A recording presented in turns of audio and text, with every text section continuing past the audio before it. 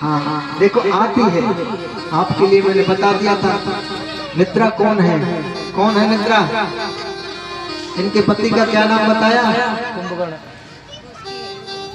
कुंभकर्ण। कुंभकर्ण की पत्नी का नाम है निद्रा देवी। हाँ तो महाराज निद्रा देवी हमेशा आती है और कथा जहाँ होती है वहां तो आती ही है। फर्स्ट दिन में हमने बताया था बड़े विस्तार से। आगे ध्यान करें, ब्रह्मा जी ने मां सरस्वती पर मोहित हो गए तो महाराज मां सरस्वती ने गुस्से में महाराज ब्रह्मा जी को श्राप दे दिया, क्योंकि ब्रह्मा जी की पुत्री है सरस्वती जी। हाँ और सरस्वती इतने सुंदर कि महाराज उन पर वो मोहित हो गए तो उन्होंने श्राप दे दिया कि जिस मुख के द्वारा आपने हमें देखा है वही मुख आपका नष्ट हो जाए। उनके महाराज 4 सिर थे, 3 रह गए, 1 नष्ट हो गया। उसी प्रकार से आगे लिखा हुआ है कि दाएं अंग से महाराज मनु महाराज उनके शरीर के 2 हिस्सा हुए। दाएं अंग से मनु महाराज प्रकट हुए और बाएं अंग से शत्रुपा, और उनके 1 पुत्र और 1 पुत्री है। उन दोनों को सृष्टि की रचना का आदेश दिया गया। महाराज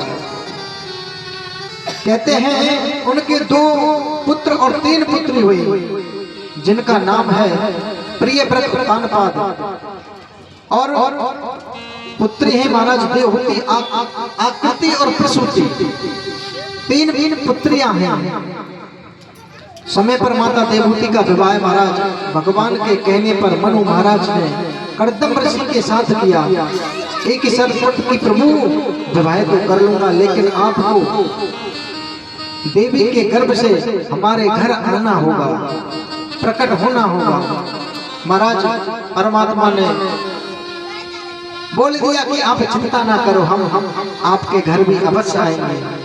तो महाराज कहते हैं कपिल देव भगवान के रूप में उनके 9 संतानें हुई, 9 कन्या हुई, लेकिन 10वां जब पुत्र हुआ तो भगवान कपिल देव भगवान के रूप में उनके घर आए। किसके घर? मनु महाराज के घर।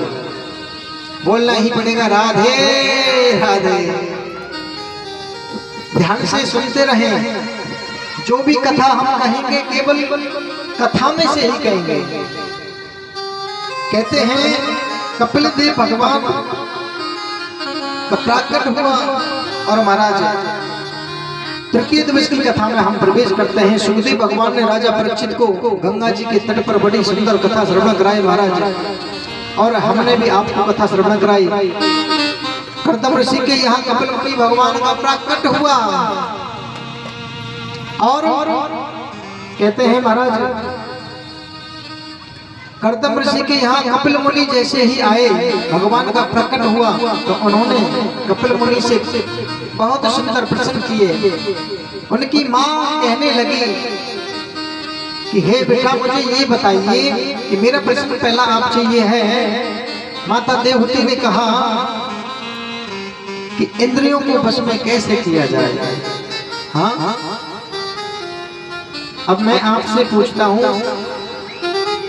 प्रभु जी, काका साहब, हमारी इंद्रिय है वो कितनी है?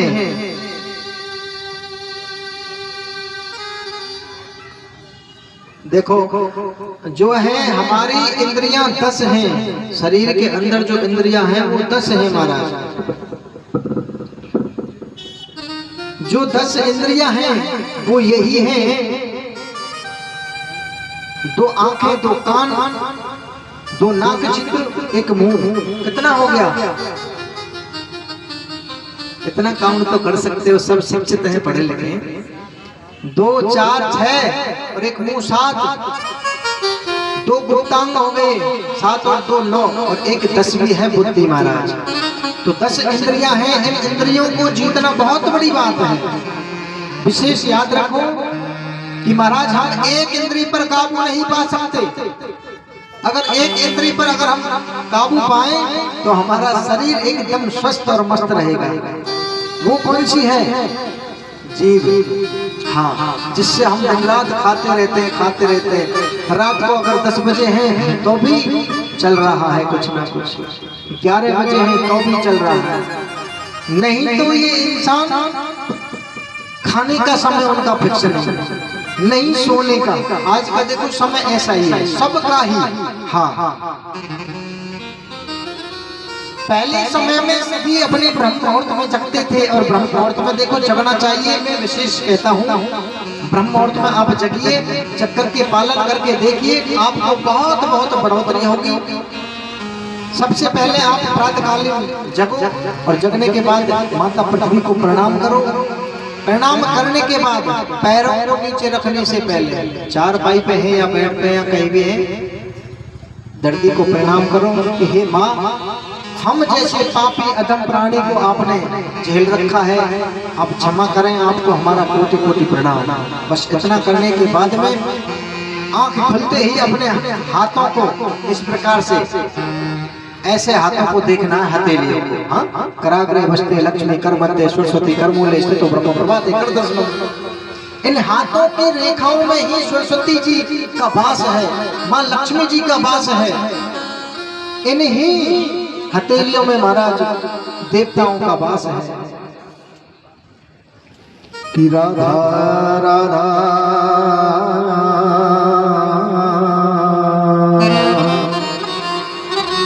कि राधा राधा कहते ही सब व्याधा कट जाए। कि कोटि जन्म की आपदा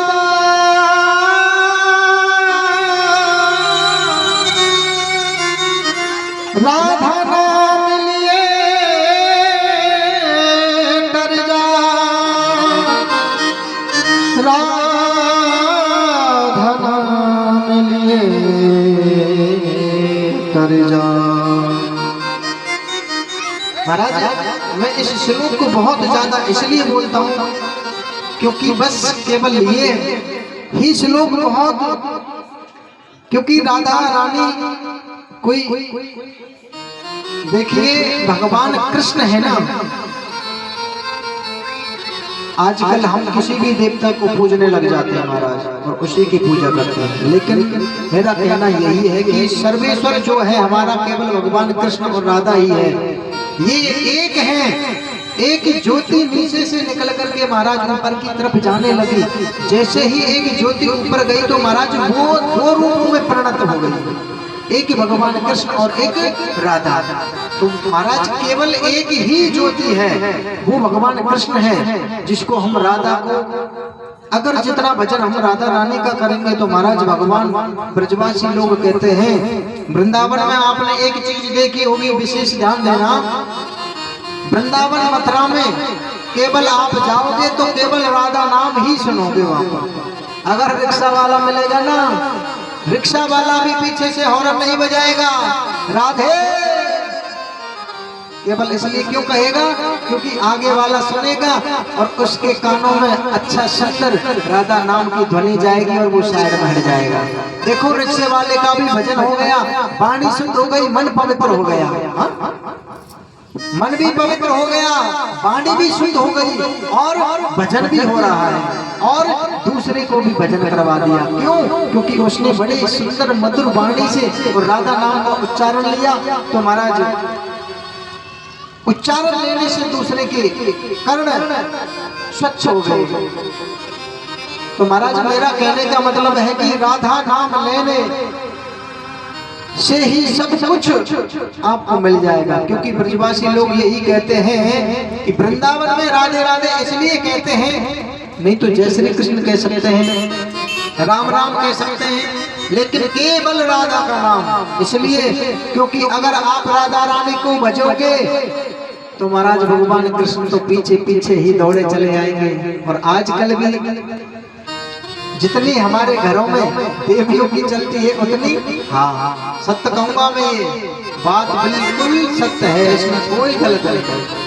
भैया सही बात है या नहीं? हाँ भाई देखो चलती भी है तो इसलिए चलती है क्योंकि घर को संभालने वाली लक्ष्मी होती है। हाँ हाँ। और हमें अपने घर की लक्ष्मी को हमेशा सम्मान देना चाहिए। आप सम्मान दोगे तो आपके घर में कभी भी कोई चीज की कमी नहीं रहेगी। हाँ हाँ हाँ। क्योंकि गृह लक्ष्मी घर को घर नहीं कहते हैं। जिस घर में अगर लक्ष्मी जी नहीं है, जिस घर में पत्नी नहीं है, जिस घर में बच्चे नहीं हैं, तो महाराज वो घर घर नहीं है। विशेष ध्यान देना, वो तो एक खाली खंडर के समान है। वो घर आपको खाने के लिए दौड़ेगा। हाँ, जिस घर में बच्चे हैं, जिस घर में पत्नी है, वही घर है। अन्यथा महाराज आप कहीं भी रह लो, उसका सुकून तो कहीं ले सकते हैं। सुकून मिलेगा तो महाराज बस यही मिलेगा कि जिस घर में नन्हे मुन्ने बच्चे खेल रहे हैं वही घर है। और ग्रह सबसे बड़ा मंदिर है। तो अपने घर को पवित्र रखा करो महाराज। समय से जगना, दहली को धोना, कोई भी संत महात्मा आए सम्मान करना। झुकने में कुछ नहीं बिगड़ता है। मैंने कल बताया झुकने से 4 चीजें मिलती है हमें। हाँ, आगे कथा में चलते हैं। हमने कहा आपसे ध्यान दिए कि राधा रानी का मतलब क्या है कि राधा राधा इसलिए हम ज्यादा, अगर भजन करना है तो आप ज्यादा राधा राधा करोगे तो सबसे ज्यादा फायदा मिलेगा। श्री राधा का मतलब क्या है कि कृष्ण जिसको देख करके मुस्कुरा देते हैं, राधा रानी उसको देख करके बुला लेते हैं। पूरी दुनिया में जितनी ताकत उससे एक 10,000 गुना ताकत महाराज हनुमान जी के हाथ में है। और कहते हैं उसमें जितनी ताकत है उससे 1,00,000 गुना ज्यादा ताकत बलराम जी की एक उंगली में है। और महाराज उसमें जितनी ताकत है उससे 1 करोड़ गुना ज्यादा ताकत राधा रमण जी की एक मुस्कुराहट में है। और ध्यान देना कि महाराज उसमें जितनी ताकत है 1 खरब अरब खरब ज्यादा ताकत राधा रानी की दृष्टि में है महाराज। और किशोर जी की दृष्टि अगर आप पर पड़ गई तो महाराज आपका जीवन धन्य हो जाएगा। इसलिए महाराज राधा राधा कहने से आपका जीवन, आपके दुख संकट हर पार हो जाएगा। विशेष याद रखो, एक भी मिनट आपका, एक भी क्षण ऐसा नहीं निकले, क्योंकि बिजनेस करना, उद्योग धंधा करना, हर चीज को जानना, हर किसी को पता है कि भजन करना चाहिए। भगवान ने हमें इसीलिए भेजा है कि जाओ और जा करके आपको भजन करना है। और इस चीज को आपको मैं साबित करता हूँ कि गर्भ के अंदर में हर बच्चा और भगवान को यही कह के आता है कि प्रभु मुझे इस नरक से निकालो। आप इस नरक से मुझे निकाल दोगे तो मैं आपका गुणगान करूंगा बाहर जा करके। आपको पता है ऐसा कौन है जो कि गर्भ के अंदर उल्टा लटका रहता है? हाँ,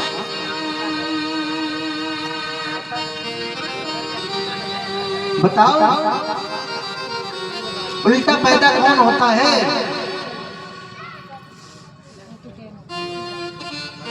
नहीं पता? बोलना ही पड़ेगा। अपनी जुबान को शुद्ध करते हुए बोलिए राधे। उल्टे हम ही होते हैं, ये हम जीव, हम ही उल्टे पैदा होते हैं। हाँ हाँ, पता है ना? बच्चा जब जन्म लेता है तो सर की तरफ से उसका जन्म होता है, उल्टा बच्चा जन्म लेता है। 1500 में केवल एक बच्चा होगा जो कि सीधा होगा। हाँ हाँ, तो महाराज उल्टा लटका हुआ नरक में, ये सबसे बड़ा नरक बताया है। हाँ हाँ, वो यही कहता है कि प्रभु मुझे आप बाहर निकालो। मुझे आप अगर बाहर निकाल दोगे तो मैं आपका गुणगान गाऊंगा। और जब बाहर आ जाते हैं तो आपको पता है पिताजी कहेगा कि मेरा पुत्र आ गया। संबंध जुड़ गया, किसका? बेटे का और पिता का संबंध जुड़ गया। बेटे को कुछ नहीं पता है मैं कहाँ हूँ, कहाँ आया हूँ, क्या हूँ, कौन हूँ, कैसे हूँ, कुछ नहीं पता। माँ कहेगी कि मेरा पुत्र आ गया। दादी कहेगी कि मेरा, महाराज इसी प्रकार से नाते रिश्ते सब जुड़ते चले जाते हैं। जैसे जैसे बड़ा होता है तो महाराज उसको कौन सिखाता है? वही सब सिखाते हैं कि बेटा मैं पापा हूँ, बोल पापा। हाँ?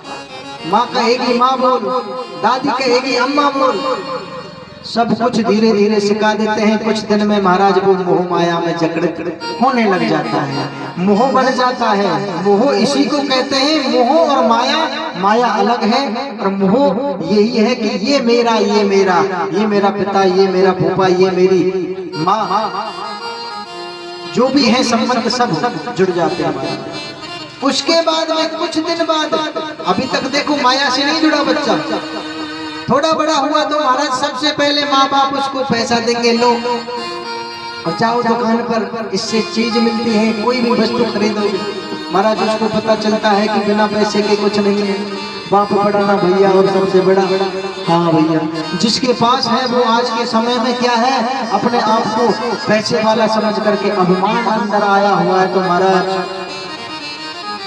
कथा पांडाल में तो ये सोचता कि पता नहीं हम कहीं लूटे नहीं जाएंगे, लेकिन ऐसा नहीं। एक दिन ये पैसा ना तो आपके पास और ना हमारे पास, ना किसी के पास। जिस दिन जाओगे उस दिन खाली हाथ ही जाओगे। तो महाराज जैसे हम आए वैसे ही हमें जाना है। आगे की कथाओं में प्रवेश करते हैं कि महाराज हम जैसा कर्म करेंगे हमें वो भोगना पड़ेगा। कर्म प्रधान विश्व रच राखा, जो जस करहि सो तस फल चाखा। जैसा मैं कर्म करूंगा अच्छा, मैया धीरे धीरे उठ के ना जाओ। हाँ? मैं आपको बड़ी सुंदर अच्छे से कथा सुना रहा हूँ तो उसको आप श्रवण करें, ना कि ये ना देखिए कि महाराज जी की आंखें बंद हैं और आप चलो पतली गली से निकल गए। महाराज ध्यान दीजिए, अगर आप अच्छा कर्म करोगे तो वो आपका अच्छा कर्म ही आपके साथ जाएगा। आज आप कथा सुन रहे हो, ये आपका ये लगा लो कि भगवान की डायरी में लिख चुका है कि आपका ये दिन, ये समय बहुत अच्छा कि आप भगवान की कथा श्रवण कर रहे हो। इसका लेखा जोखा आपको वहां मिल जाएगा। हाँ? इससे पहले आप कहाँ थे, क्या कर रहे थे, उसका हमें नहीं पता। हाँ? विशेष बात है, आचार्य सुखदेव जी कहते हैं कि राजन, हमारी भूमि के दक्षिण दिशा में 99,000 योजन की ऊंचाई पर 28 प्रकार के नरक हैं। आदमी जब पाप कर्म करता है तो यमराज के दूत आते हैं और गले में रस्सी डाल करके खींच करके उसको ले जाते हैं महाराज, और नरक में डाल देते हैं। 28 प्रकार की 28 टाइप्स जो नरक है वो इस प्रकार से हैं। कुछ आपको अवगत करा देता हूँ कि ताम्रस, अंध्र ताम्रस, रौरव, महारौरव, कुंभीपाक, कालसूत्र, असीपत्रवन, इस प्रकार से कुछ नरक हैं कि जो व्यक्ति पराये धन को हड़पता है, हड़पना चाहता है, वो व्यक्ति महाराज अंध्र ताम्रस नरक में जाता है। जो व्यक्ति किसी से घृणा करता है, दोष करता है, चुगली करता है, वो महाराज नरक में जाता है, कथा में लिखा हुआ है। और जो व्यक्ति हिंसा करता है, किसी जीव की हत्या करता है केवल अपने स्वाद के लिए, महाराज कहते हैं वो कुंभीपाक नरक में जाता है। तो महाराज ऐसे कर्मों को ना करते हुए और भगवान के श्री चरणों में अपने ध्यान को लगाएं, जिससे जीवन सफल हो। विशेष बात यही है कि महाराज श्री जी के चरणों में आपका ध्यान रहेगा तो सब कुछ मिल जाएगा, नहीं तो महाराज कुछ नहीं, जैसे आए हैं वैसे चले जाएंगे, कुछ नहीं लेके जाएंगे।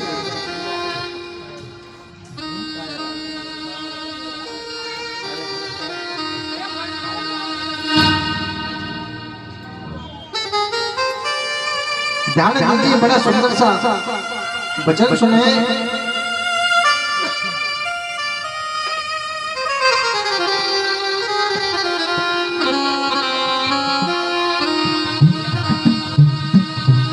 बुरी की बिहारी लाल की जय हो।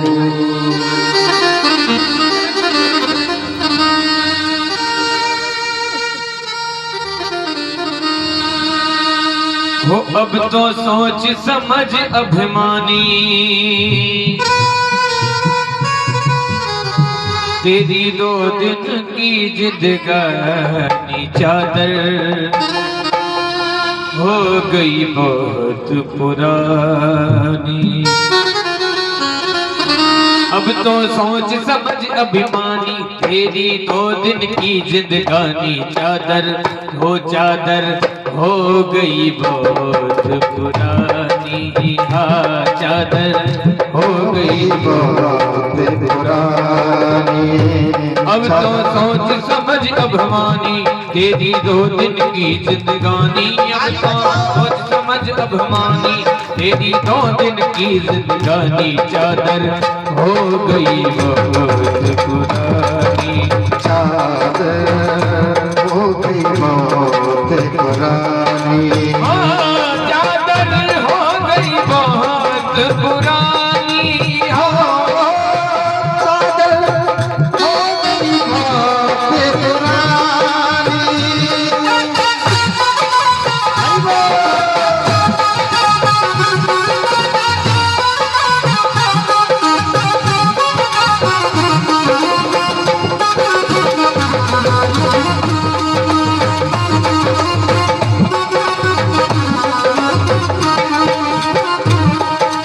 अजब जुलाहे चादर दीनी, सूत करब की तानी।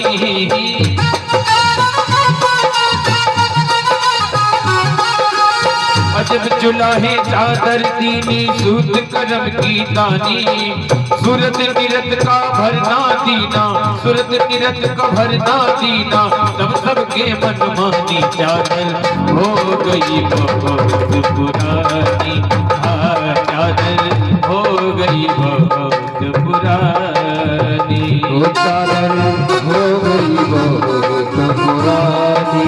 हाँ चादर हो गई बहुत पुरानी। हो अब तो सोच समझ अभिमानी, तेरी 2 दिन की जिंदगानी। अब तो सोच समझ अभिमानी, तेरी 2 दिन की जिंदगानी। चादर हो गई बहुत पुरानी। चादर हो गई बहुत पुरानी। चादर हो गई बहुत पुरानी।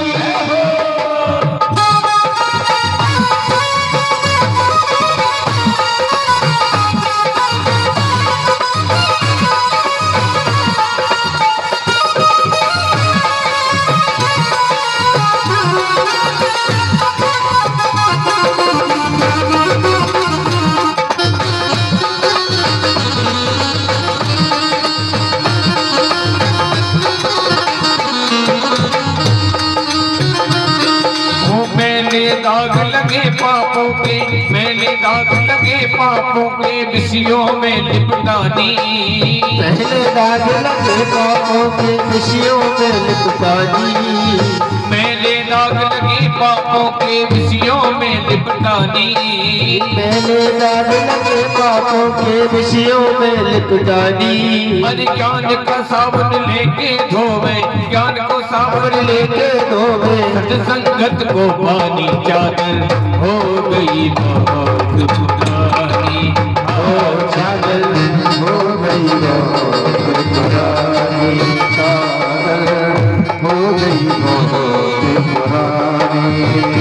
अब तो सोच समझ अभिमानी, तेरी 2 दिन की जिंदगानी। अब तो सोच समझ अभिमानी, तेरी 2 दिन की जिंदगानी। चादर हो गई बहुत पुरानी। चादर हो गई बहुत पुरानी। चादर हो गई बहुत पुरानी। चादर हो गई बहुत पुरानी।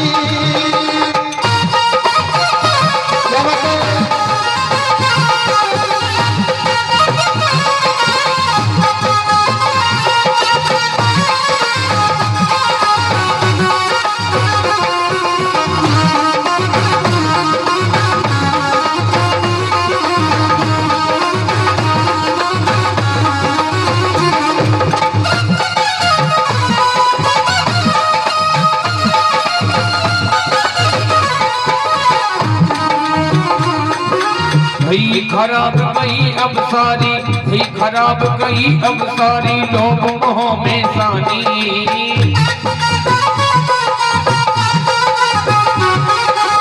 हुई खराब भई अब सारी, लोभ मोह में सानी। सारी उम्र ढोबत बीती, सारी उम्र तेरी ढोबत बीती, भली बुरी ना जानी, चादर हो गई बहुत पुरानी, चादर हो गई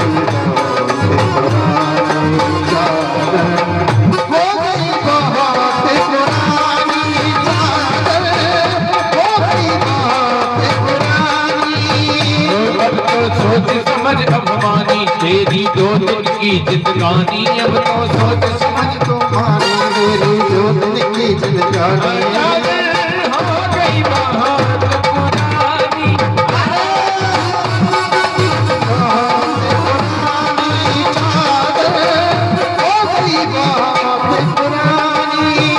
इसलिए तो कहा कवियों ने, हो ना राम नाम लीनो हो दिन भरी जवानी में, हो तू के मर जा रे, चुल्लू भर। जिसको आनंद लेना है नाचते हुए वो आनंद ले, अपने जगह पे स्थान पे खड़े होकर के आनंद ले। जैसे राधे हो ना राम नाम लीनो दिन भरी जवानी में, सभी ताली बजाएं। ना राम नाम लीनो तेने भरी जवानी में, हाँ। तू डूब के मर जा रे, चुल्लू भर पानी में, तू डूब के मर जा रे,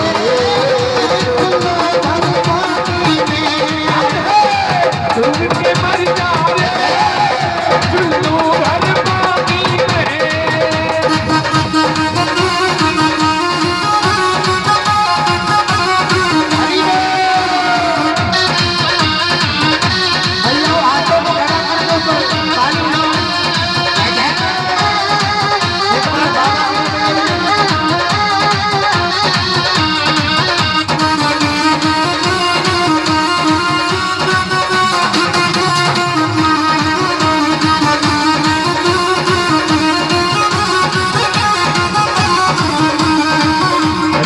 लायो माटी में, हो मिल जाए वो माटी में, लायो माटी में, माटी में, लायो माटी में, ये मिल जाए वो माटी में, लायो माटी में, मिल जाए वो माटी में, एक दिन काया